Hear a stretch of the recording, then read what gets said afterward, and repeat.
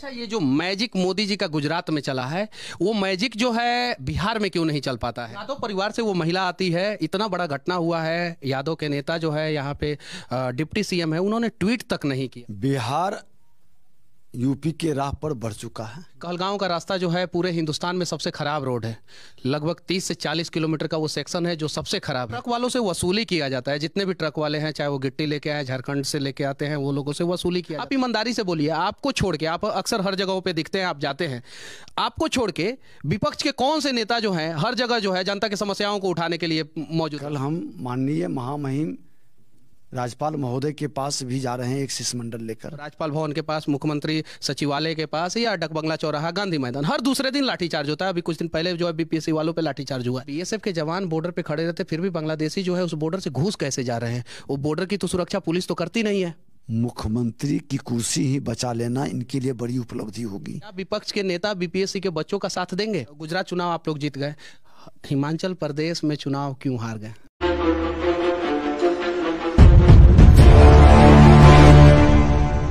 बिहार विधानसभा में विपक्ष के नेता अभी हमारे साथ विजय सिन्हा जी हैं। इनसे हम लोग गुजरात में बीजेपी का ऐतिहासिक जीत पे चर्चा करेंगे, साथ ही साथ बिहार में खराब हो रहा लॉ एंड ऑर्डर पे चर्चा करेंगे, और श्रद्धा मर्डर से भी एक जघन अपराध बिहार के भागलपुर के पीरपैती जगह पे हुआ है। एक 42 साल की नीलम देवी नाम की औरत, जिनके पति का नाम अशोक यादव था, उसकी हत्या हो गई है। तो इन सब चीज़ों पे चर्चा करेंगे। सबसे पहले सच तक न्यूज में आपका स्वागत है। धन्यवाद। पहला सवाल आपसे ये है कि गुजरात में प्रचंड बहुमत से आप लोग सरकार बनाए हैं, ऐतिहासिक जीत है, इस पे आप क्या कहना चाहते हैं? देखिए, देश के माननीय प्रधानमंत्री नरेंद्र मोदी जी का कार्य और लोगों का उन पर विश्वास, भरोसा, इकबाल आज भी कायम है। और गुजरात ही नहीं, देश के अंदर आज भी उनके ऊपर लोगों के विश्वास है। देश का मान सम्मान बढ़ रहा है, लोगों को ये अच्छा लग रहा है, भरोसा लग रहा है कि किसी के नेतृत्व में देश आगे बढ़ सकता है, तो देश के प्रधानमंत्री नरेंद्र मोदी जी के नेतृत्व में। अच्छा, ये जो मैजिक मोदी जी का गुजरात में चला है, वो मैजिक जो है बिहार में क्यों नहीं चल पाता है? अकेले अपने दम पे जो है भाजपा जो है बिहार में सरकार क्यों नहीं बना पाती है? पिछले 17 साल से नीतीश कुमार मुख्यमंत्री, और अभी आप लोग विपक्ष में। बिहार यूपी के राह पर बढ़ चुका है, और बिहार के अंदर भारतीय जनता पार्टी, आपने देखा कि अपने ही बलबूते आज कुर्नी जीता, गोपालगंज जीता, मोकामा में भी भारी बहुमत प्राप्त किया। मोकामा में तो लेकिन हार हुआ था। आप हार, हम 27 वर्ष से लड़े नहीं थे, गठबंधन के अंदर वो सीट रहती थी। लेकिन आप देखें कि जब 37,000 से माननीय नीतीश कुमार जी मेरे साथ थे, तो उनके उम्मीदवार 37,000 से जीता था। अब 7 दल का गठबंधन था, तो 70,000 से जीतना चाहिए था।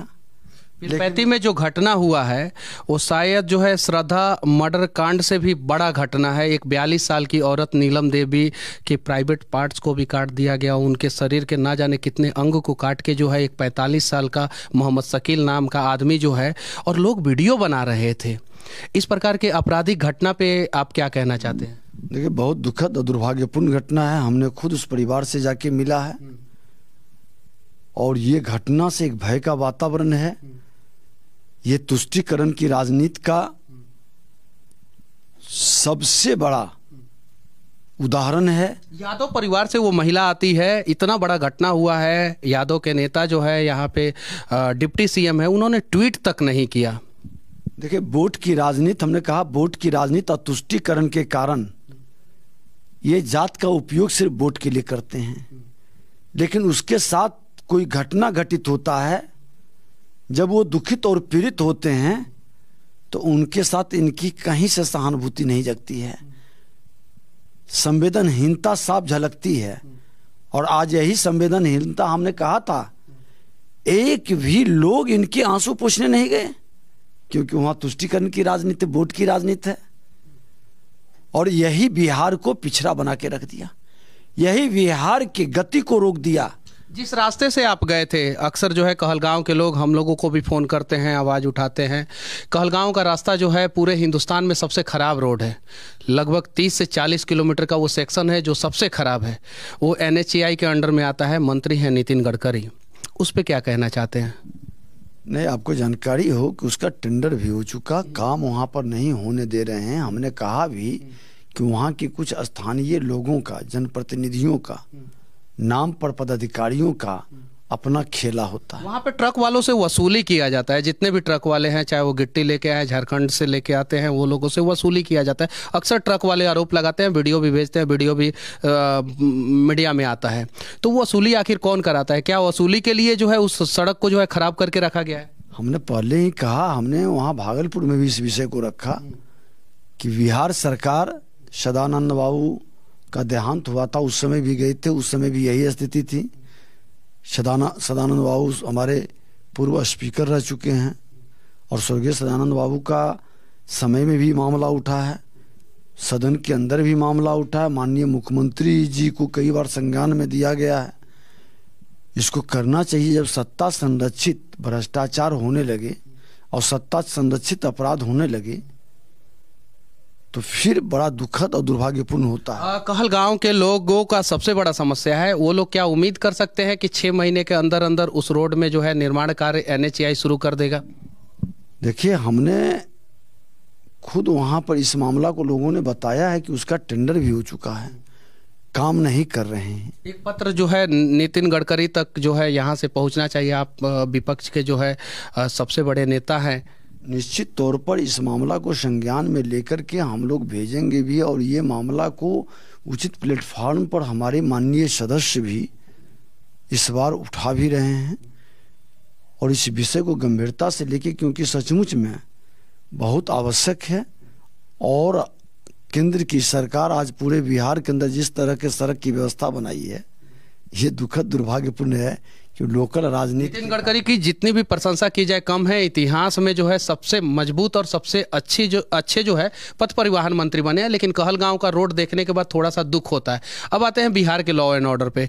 लगातार हर दिन पेपर में फ्रंट पेज पे जो है हत्या, अपराध, ATM चोरी, बैंक चोरी, शोरूम चोरी, सोना चोरी, ये सब चीज़ों को देखने को मिल रहा है। अभी जो है पटना सिटी में एक कबाड़ वाले युवक के सर में गोली मार दिया गया, उनसे 11 लाख रुपया लूट लिया गया। तो बिहार में ये जो माहौल बना है, इसके लिए कौन है दोषी?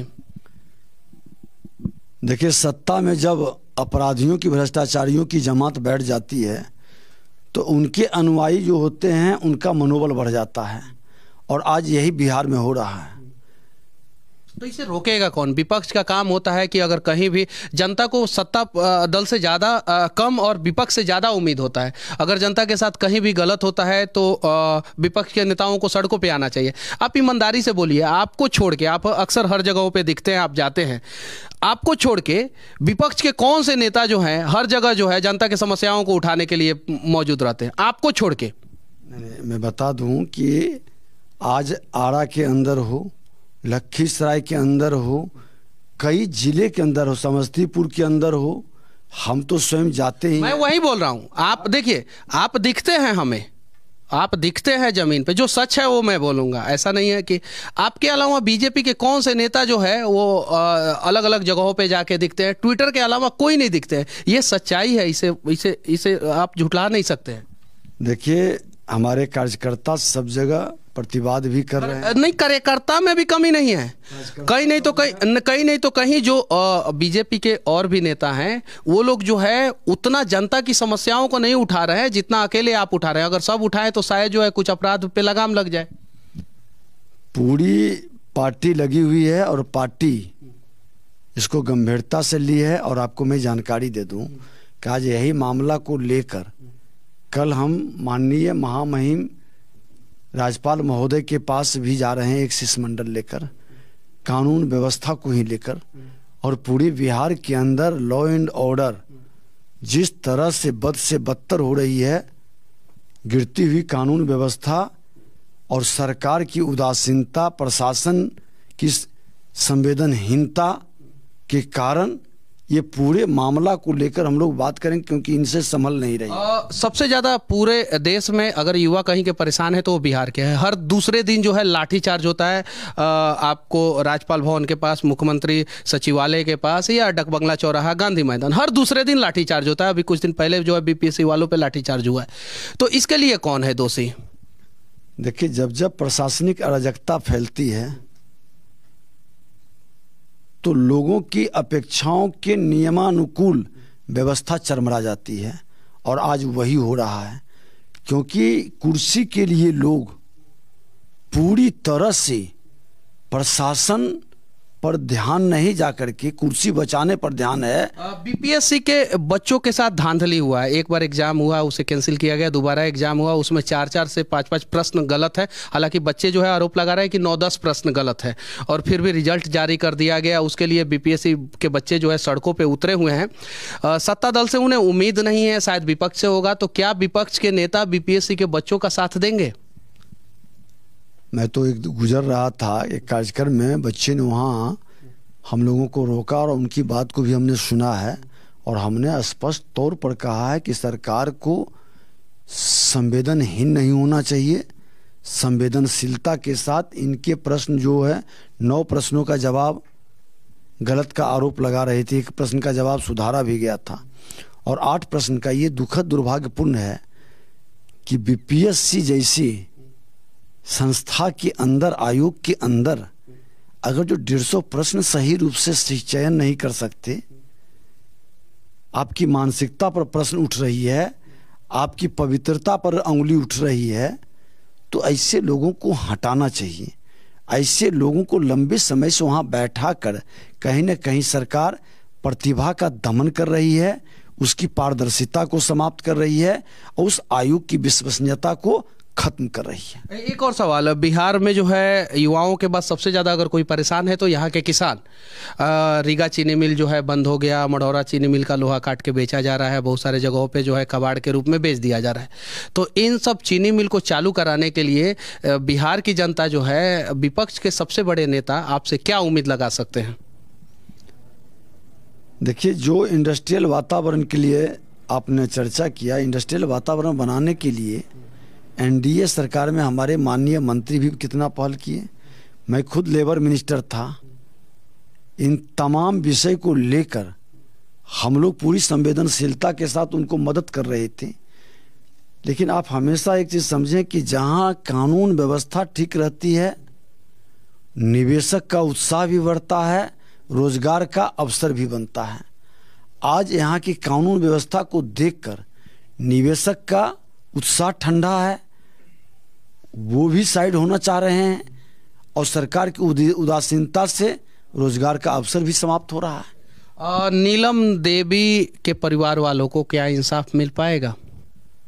उनकी इंसाफ के लिए ही तो मैं कल जा रहा हूं, और ये सरकार गिरफ्तार, हमारे जाने के बाद जब प्रोग्राम बना और जिस दिन हम गए उस दिन गिरफ्तारी हुआ मुख्य अभियुक्त का, शकील मियाँ का। शकील मियाँ का सच को थोड़ा और जानने के लिए सरकार को हमने कहा है कि वो व्यक्ति गरमजरुआ जमीन पर कब्जा करके खटाल बना दिया, और वहाँ से 7 पंचायत के लोग गुजरते हैं, बहू बेटी बच्ची जो पढ़ने के लिए जाती है गुजरती है, उसके साथ उसकी बदतमीजी और परेशानी। इसके पहले भी घटना घटा, लोग अपनी प्रतिष्ठा बचाने के लिए थाना तक नहीं पहुंचता है, आरोप में न्याय नहीं मिलने के कारण मौन हो जाता है। ये तमाम विषय में हमने एसपी से भी बात की, हम कहा कि आप लोग किस तरह से तुष्टीकरण की राजनीति में आज बांग्लादेशियों को सरकारी जमीन पर जिस तरह से, यानी आप मानते हैं कि बांग्लादेशियों को जो है बिहार में बसाया जा रहा है? निश्चित तौर पर सरकार की अप्रत्यक्ष सहानुभूति है। एक और कड़वा सवाल, एक बड़े पद पर बैठे पदाधिकारियों का सुनियोजित ये खेल है। एक और कड़वा सवाल, बांग्लादेश बॉर्डर पे हमारे बीएसएफ के जवान खड़े रहते हैं। बीएसएफ जो है गृह मंत्रालय के अंदर आता है, तो जब बीएसएफ के जवान बॉर्डर पे खड़े रहते हैं, फिर भी बांग्लादेशी जो है उस बॉर्डर से घुस कैसे जा रहे हैं? वो बॉर्डर की तो सुरक्षा पुलिस तो करती नहीं है। आप एक चीज बता दें कि आज बंगाल के अंदर और बिहार के अंदर बिहार के सीमांचल के अंदर जिस तरह का वातावरण है, जिस तरह का माहौल है,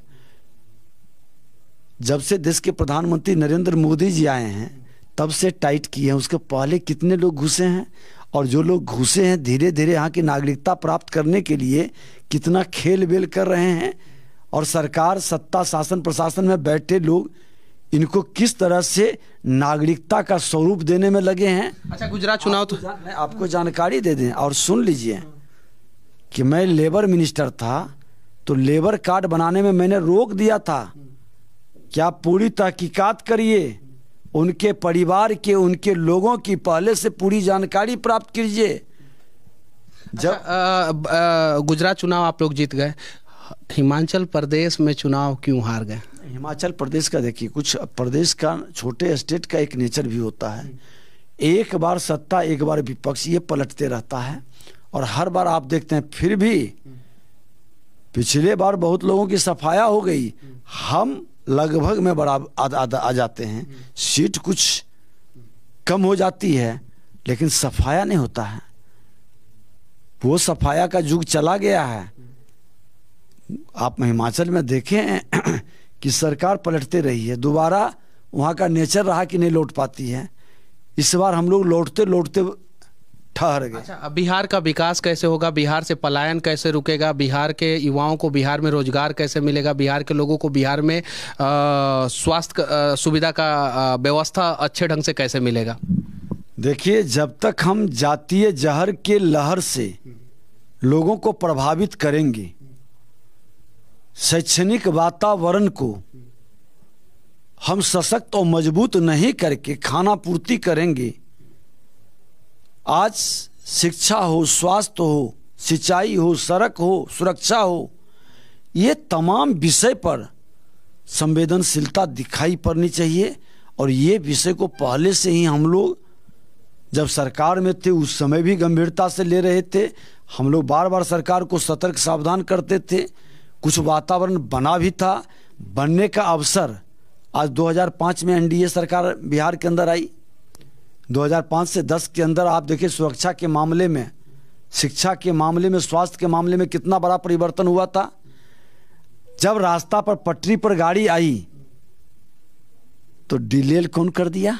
फिर 2010 के बाद 2/3 बहुमत आई, इनके मन में अहंकार आ गया कि मैं अपने बलबूते ही सरकार क्यों नहीं बना। इनके मन में, यानी कहने का मतलब है कि ये प्रधानमंत्री बन सकते हैं, प्रधानमंत्री के उम्मीदवार हैं क्या? ये यही तो कह रहा हूं कि ये सपना जग गया, और उस सपना के परिणाम 2013 में फिर सरकार पर गाड़ी को लाए थे और सुधारने लगे तो फिर बेपट्टी कर दिए।